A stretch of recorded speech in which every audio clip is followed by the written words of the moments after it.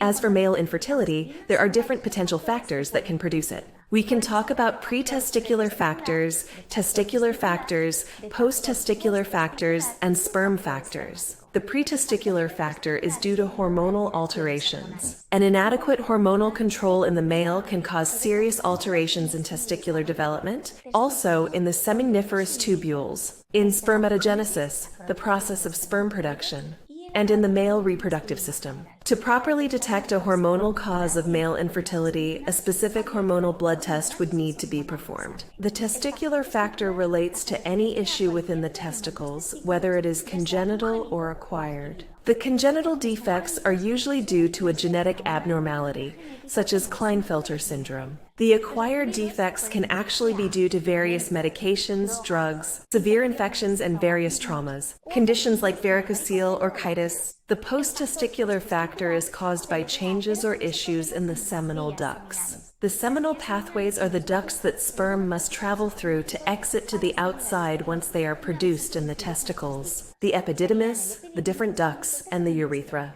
In this case, infertility may be due to infections, blockages, or serious physical injuries that prevent sperm from being released during the process of ejaculation. Finally, the sperm factor, which is the most common cause of male infertility. It is actually caused by problems with the sperm cells. The most common alterations concerning the sperm cells are the following: oligospermia, low quantity of sperm cells; asthenospermia, low level of movement in the sperm; teratospermia, an elevated quantity of sperm cells with an abnormal shape; necrospermia, an elevated quantity of dead sperm cells; azoospermia, a complete absence of sperm cells in the ejaculate. In order to evaluate a sperm problem, a semen analysis, which is known as seminogram, must be performed.